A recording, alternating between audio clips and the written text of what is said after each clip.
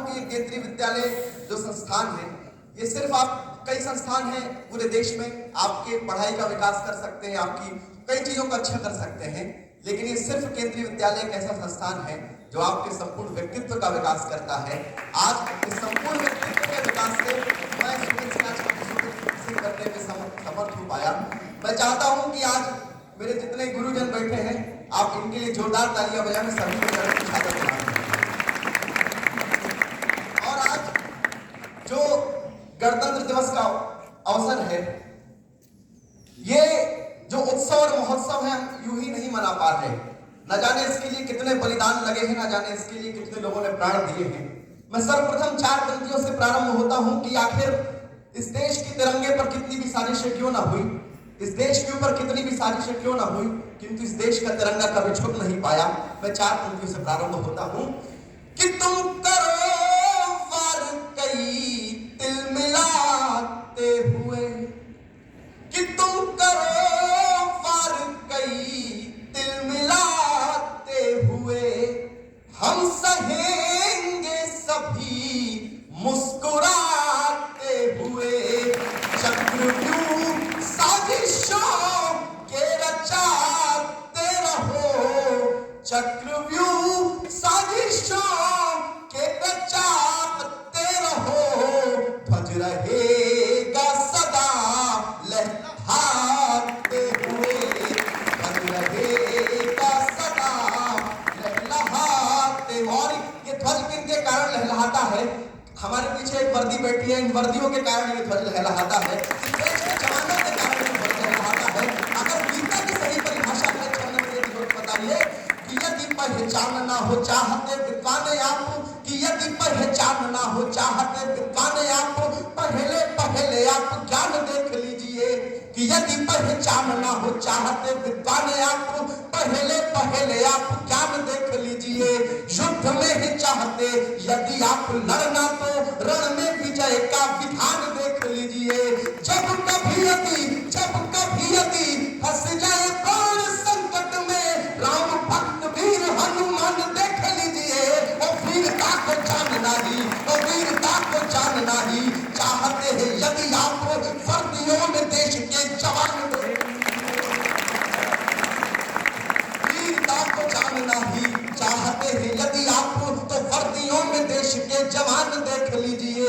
और कई सारे अवसर होते हैं हमारे पास कुछ ना कुछ बनने के, लेकिन आखिर वो कौन सा रंग लगता है, कौन सा रंग हमारे ऊपर चढ़ता है, हम देश के जवान बन जाते हैं। तब एक छंद रखना चाहता हूं कि जब कभी लग जाए, कि जब कभी लग जाए यदि रंग कृष्ण का, तो कोई यहाँ मीरा रस खान बन जाता है। राम जी का रंग लग जाए यदि रोम रोम, तो कोई यहाँ तुलसी महान बन जाता है। मित्रता पवित्रता के रंग में रंगे यदि, तो कोई कृष्ण सुदामा के समान बन जाता है। और लग जाए जब कभी यदि रंग देश का, तो कोई यहाँ देश का जवान बन जाता है, कोई यहाँ देश का जवान बन जाता है। और ये देश जो आजादी के अवसर पे खड़ा है, कहीं भूपेंद्र भदौरिया लिखते हैं कि नारी नैन नक्शों पर लिखते बंकिम बाबू गीत, वंदे मातरम राष्ट्रगान नहीं मिलता, नायिका के नैनों में डूब जाते बिस्मिल, तो सरफरोशी वाला बलिदान नहीं मिलता। ब्याह करके बिलासी यदि हो जाते भगत सिंह, तो शौर्य के शूर्य को बिहार नहीं मिलता।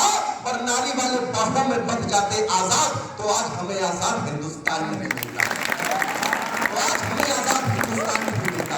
एक और अंतिम रचना रखना चाहता हूं, जिस उम्र में आज हम उत्सव महोत्सव मना रहे हैं, आज हमारे पास एंजॉय करने के घूमने कई अवसर हैं। उस उम्र में भगत सिंह बंदूकें क्यों बोते थे? आखिर वो पीड़ाएं रही होंगी, आखिर वो समस्याएं रही होंगी कि उस समय बंदूकें बोने के अवसर आए। जब आज हम और कुछ बोलना चाहते हैं, तब एक रचना रखना चाहता हूं कि आखिर इस देश पे क्यों गर्व है, क्यों स्वाभिमान है इस देश पे।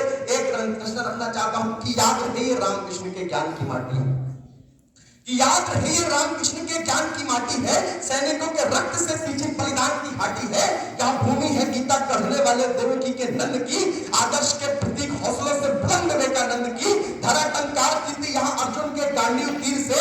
यहाँ देश भरा पड़ा है ऐसे अनेकों वीर से, देखोगे तो बलिदानियों की बलिदानी याद आएगी, भगत शेखर सुभाष की अमर कुर्बानी याद आएगी। न जाने फहरते तिरंगे पर कितने सलाम लिखे मिल जाएंगे, न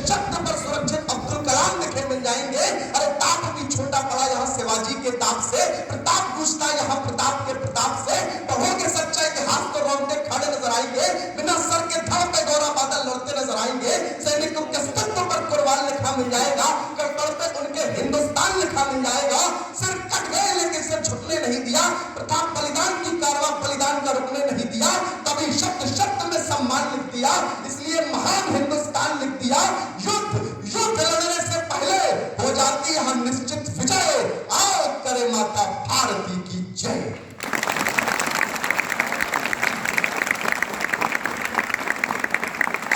माता भारती की जय। और अंतिम एक बात रखना चाहता हूं कि आखिर क्यों है कि यूं ही नहीं लिखी बलिदान स्वाभिमान की परंपरा, यूं ही नहीं लिखी मैंने महान हिंदुस्तान की परंपरा। और एक बात बताना चाहता हूं कि आज हमको जरूर ये बात सुनने में छोटी लगती है, लेकिन जब किसी देश का बेटा, किसी परिवार का बेटा शहीद होता है तो सिर्फ वो अपने प्राणों को अर्पित नहीं करता, न जाने उसके साथ क्या क्या छूट जाता है। बुढ़ापे का सहारा छूट जाता है, आंखों का चश्मा छूट जाता है। तब रखना चाहता हूं कि यूं ही नहीं लिखी बलिदान स्वाभिमान की परंपरा, यूं ही नहीं लिखी मैंने महान हिंदुस्तान की परंपरा। पिता देते हैं यहाँ बुढ़ापे का सहारा, तो माता आंखों का नूर दे देती है, और बहन देती है हाथ की कलाई, तो पत्नी मांग का सिंदूर दे देती है, तो पत्नी मांग का सिंदूर दे देती है। इसी के साथ अपनी भाषा को विराम देता हूँ। जय हिंद, जय भारत। मैं मालिक सर और मेरी संस्थान का बहुत बहुत आभारी हूँ कि मुझे इस पुनीत अवसर पर आमंत्रित किया। बहुत बहुत धन्यवाद। जय हिंद, जय भारत। मैं कहना चाहता हूँ कि हम चाहे कलेक्टर, मिनिस्टर, नेता, अभिनेता कुछ भी बने, लेकिन मैम ने जैसे कहा कि हम सरहदों पे जाके जरूर रक्षा नहीं कर सकते, लेकिन कम से कम एक अच्छे नागरिक बने, एक अच्छे व्यक्ति बने। इसी के साथ धन्यवाद। जय हिंद, जय।